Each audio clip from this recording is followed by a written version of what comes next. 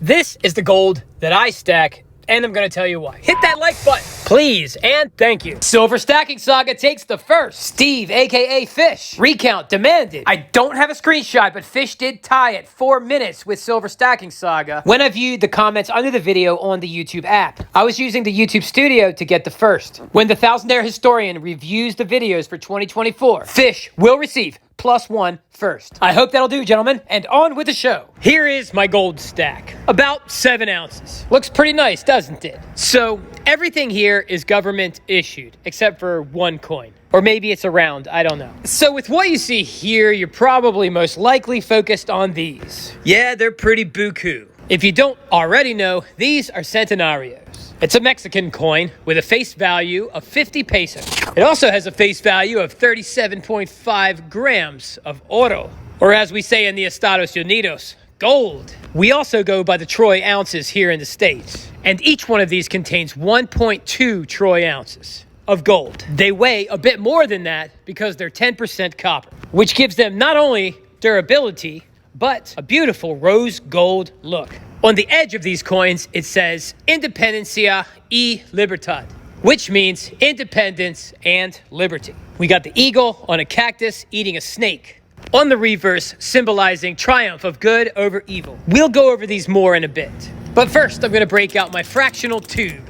They're quite pequeño, but there's plenty in here. Is it a stack of doom and gloom in case of SHTF? Or is it just interesting gold from around the world at a good price? Or just maybe, could it be both? Hopefully you know either or thinking stinks. Always go for both, friendo. Always go for both. I said it twice. I hope you were listening both times. And when I'm talking about going for both instead of choosing either or, I'm not talking about the gold here. I'm talking about always. And if for some reason you can't pull it off, then pick one. But either or should not be your immediate default. If you're not already practicing this, I think you're going to be pleasantly surprised when you start to implement it. There's a few 1/10thers here, but we're not going to go over them today. They're good lean protein, but we want just a little bit more flavor. So I will start by telling you that when I buy these government-issued gold coins that are from the early 1900s, late 1800s, I always get a good deal. I think it's because people are afraid of math. And I don't understand why, because we all walk around with a calculator these days, our phone.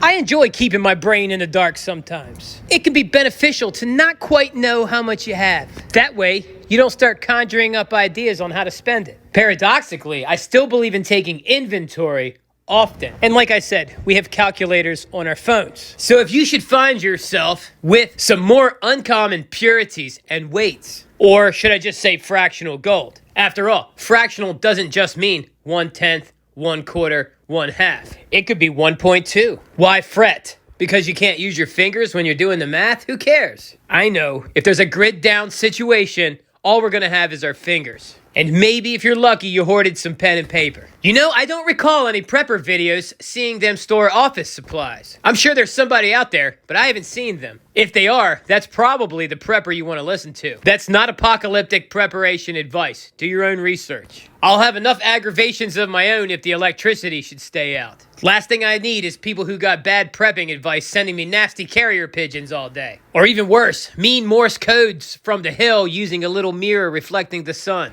I can never help it. I have to look. It could be a sniper. Because everybody knows the smartest thing to do when you see a glare from a scope in a distance is to stare at it and go, huh? Is that Morse code? All right, I hope you hit that like button. I'm going to try to get back on topic. So these 50 pesos, I buy the 1947s. The most common year. I'm trying to keep this a bullion play, not a numismatic play. The premiums on these thus far is the equivalent of buying a Krugerrand. If you don't know, that's a South African gold coin. And it was a pretty big deal for quite some time, and still is. Shout out to anyone stacking those out there. Anyhow, they have low premiums, and are also 90% gold. As far as a pure gold play goes, I will give an honorable mention to the Philharmonics. Unlike their silver counterparts who milk spot, gold Philharmonics are beautiful and they have a low premium. Me, personally, I'm not into that whole Euro thing. But I ain't mad at it either. I just don't aspire to it. And, to be fair, I'm also ignorant to much of it. And by that logic, I'm also not saying I'm the biggest fan of Mexico and their ways. I also can't think of anything I don't like about them off the top of my head either. I just think out of all the inexpensive gold options, these are beautiful and they have a great message. There's a woman with nice hips and no shirt on.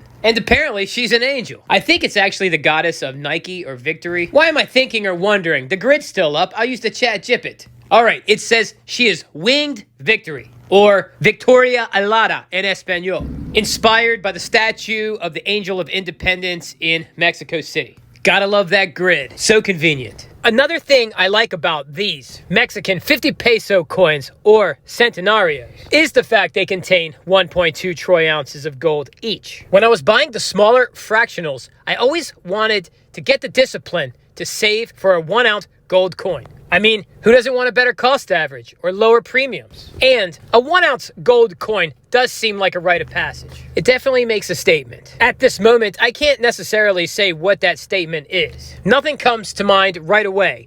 It's not like I can define them by who they are, but you can kind of define them by who they are not. Let's face it, there's just certain types of people that will never have large gold coins. But the good news is they can change. I did. Rarely is someone stuck in their lot. It begins with merely a desire and some goals. The clearer, the better.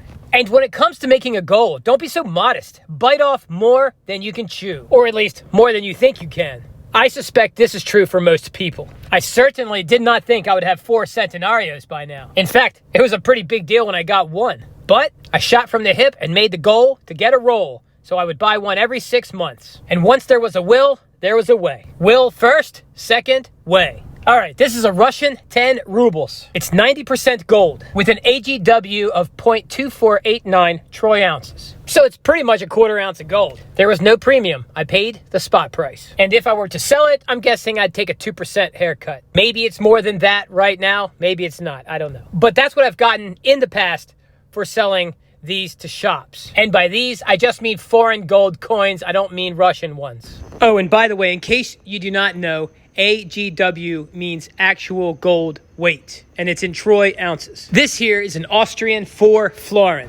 It, too, is 90% gold. But this one has an AGW of 0.0933, just under 1/10 of a troy ounce of gold. And just like the Russian 10 rubles, it's got the double-headed eagle with the crown. Although it's difficult to make out on the Russian coin. Oh, this 4 florin is also 10 francs. I guess those currencies are pegged. Back in 1892, at least. Again, I got this one for basically spot. Back when gold was cheaper, too, nonetheless. But if I were to buy an eagle at that time, 1/10 of a troy ounce, I'd have paid a fortune for the premium. Next up is a Hungary 10 Corona. Again, 90% gold, with an AGW of 0.098. So close to 1/10 of a troy ounce. The obverse is the standing emperor, Charles I. Apparently, he was only emperor from 1916 to 1918, which was a dissolution of the Austro-Hungarian Empire. I literally just learned about that myself on the chat Jippet just now with coffee. Apparently, it was a big deal, and they ruled over Eastern Europe and some parts of Central Europe. I know what you may be thinking, friendo. Man, you're ignorant. And it's true, I am. But better late than never, huh? To learn something. You see how inspired I get by world gold fractional coins? And did I mention the price is always right on these? They're like the junk silver of gold. So far, each one's been 90%. Let's see what we got here. Oh, I bought this on my vacation last year. It's a 5 pesos from Uruguay. Now this one is 91.7% gold, a little finer than the double-headed eagle coins we've seen thus far. This has an AGW of 0.2502, so it's a 1/4 ounce of gold, plus a smidgen. I got this in a pawn shop in Virginia for $530. The melt value today is $614.74. Gold's $24.57 right now. Today is Monday, August 12th, 2024. Not bad, not bad. I saw a coin from Argentina for $700 at that pawn shop this year on vacation, but I didn't get it. I did buy some asset souvenirs, though. Next up, an Italian 20 lira. I thought that may have been Franz, but no, that's King Umberto I. I mistook that swanky mustache for Franz's mutton chops. All right, so this is 90% gold with an AGW of 0.1867. So it's a little under 1/5 of a troy ounce of gold. Oh, wow. This is like $458.70 worth of gold today. I had to do the math twice. I was stunned because I didn't pay anywhere near that. Yeah, so that's how much 0.1867 of a troy ounce of gold is worth today. You may think 0.1867 is off or odd, but it comes up a few times in Europe. And I have a couple of those examples to show you as well today. Are you having fun? I'm having fun. Hey, if you're not subscribed, subscribe to the channel. I mean, you do want to watch more of these videos, don't you? Next up, from the United States of America, the $5 half eagle. Eagle meant 10 bucks back then. So a double eagle would be $20. This is what 5 bucks used to look like in 1881. 90% gold with an AGW of 0.2419. Not quite a quarter of an ounce, that is. Oh man, that's $594 worth of gold today. I bought this a long time ago, so that's a shocker. Remember, we're not making money here on this gold. We're just preserving our purchasing power. The same blood, sweat, and tears it took to buy that back then is about the same it would probably take today. It's just we're measuring the gold value in dollars, which as of late is a denomination used to confuse us and siphon off our purchasing power. All right, this is a Swiss Helvetia. It's 90% gold with an AGW of 0.1867. So that means this too is worth $458 today. I think I paid about 230 bucks for this. I'm starting to feel like patting myself on the back for collecting these world gold coins. My goal is to have one from pretty much every country that had one in the late 1800s and early 1900s. The premiums in that range so far have been low, and I figure one day I can sell them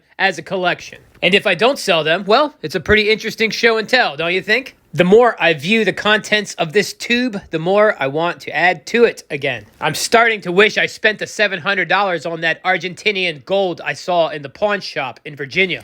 I don't know if you can see them, but there's stars on the security edge of this coin. Security edges make sense on gold and silver coins because people used to clip coins and, again, siphon purchasing power away from the spender. Security edges on the clad coins we have today are just an insult to the average person's intelligence. All right, here's another AGW 0.1867 with a 90% fineness. This is a French 20 francs. You may hear some people call them a French rooster. I ordered this from a bullion dealer online, and this was the coin that actually put me over 1 ounce of gold long ago. And again, I spent a little over 200 bucks for it. And today, this is another $458 worth of gold that I have here. But remember, we're likely not making any money here. The cash I spent on this back then could probably buy a lot more ribeye steaks back then than that same amount of cash could buy today.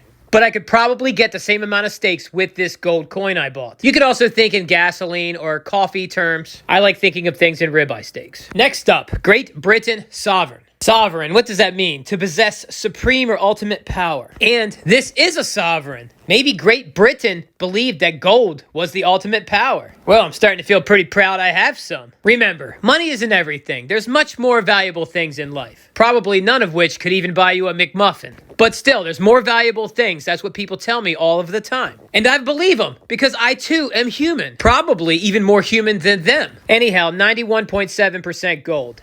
Same as Uruguay. With an AGW of 0.2355. $578.62 worth of gold today. Not bad, not bad. Next up, Venezuela, 20 bolivars. Another one of those 0.1867 AGW coins. Do you remember the other ones? The Swiss 20 franc, the French 20 franc, the Italian 20 lira, and now the Venezuelan 20 bolivar. A coincidence? I think not. Anyhow, this too is 90% gold. I was very happy to pick this one up because at the time, Venezuela was in the news for hyperinflation, I think. So this probably got one of their citizens out of a pinch, and that's what it's for. It's a tool, just like a wrench. But instead of adjusting nuts, this one's for protecting your purchasing power. Based on what I've seen today, with the prices I've paid and the current dollar value of these coins, I'm being protected from inflation myself. I think it's safe to say it works. All right, let's wrap things up with this Mexican 5 pesos with my boy Hidalgo here. Hopefully by now you hit all the buttons and you're leaving comments. I think there's a lot to talk about here. This is 90% gold with an AGW of 0.1206, a little over a tenth of a troy ounce. Wow, this little thing's $296 worth of gold today. I'm curious, I really am, about what you think about these fractional world gold coins. I think they should be more popular than they are. I don't care if they get popular.